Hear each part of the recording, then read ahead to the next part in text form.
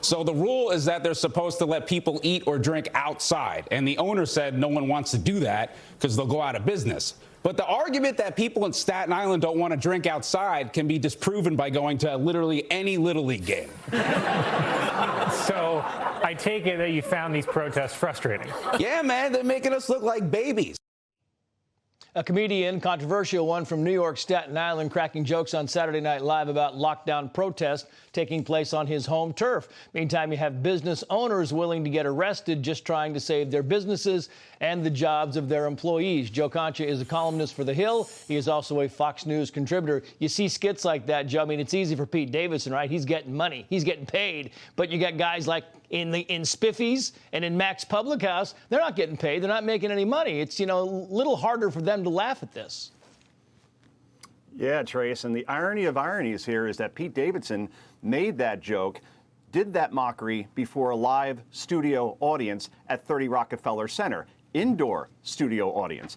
And Saturday Night Live gets around New York's COVID restrictions by paying its audience members $150 each so they can call them employees, and therefore they're allowed to go and watch this. And Emmy winner Governor Cuomo allows this to happen because he's a hypocrite and because the show now basically serves at the pleasure of his party. But to your point, Trace, Pete Davidson is a millionaire. It's easy for him to mock those who are struggling to put food on the table. And let me read you what Dan Presti, you mentioned Mac's Public House in Staten Island before. He says, quote, he gets phone calls from the other business owners and staff. They're still trying to figure out how they're coming up with rent this month and how they're going to get their kids Christmas gifts. Right. And meanwhile, you have Pete Davidson, who mocked once Congressman Dan Crenshaw over his eye patch, the eye patch that he wears because his eye got blown off in Afghanistan by an IED. So what else would you expect from a Pete Davidson at this point, Trace? And it's not just restaurant owners who are pushing back on this. This is a guy who owns a comedy club. He supports comedians,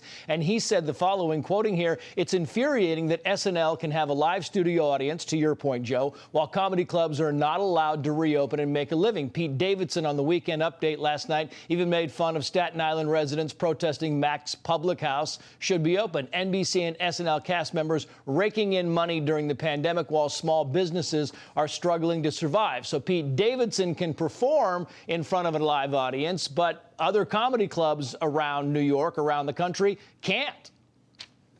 Yeah, comedy clubs, Trace, and don't forget Broadway.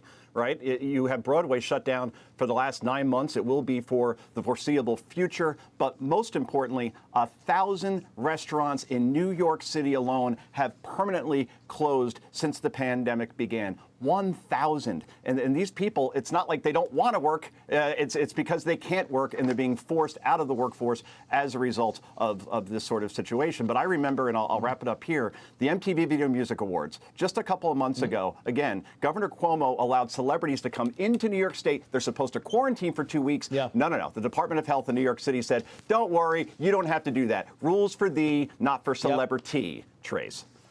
Joe Concha, good to see you, sir. Thank you. All right, Trace, good to see you.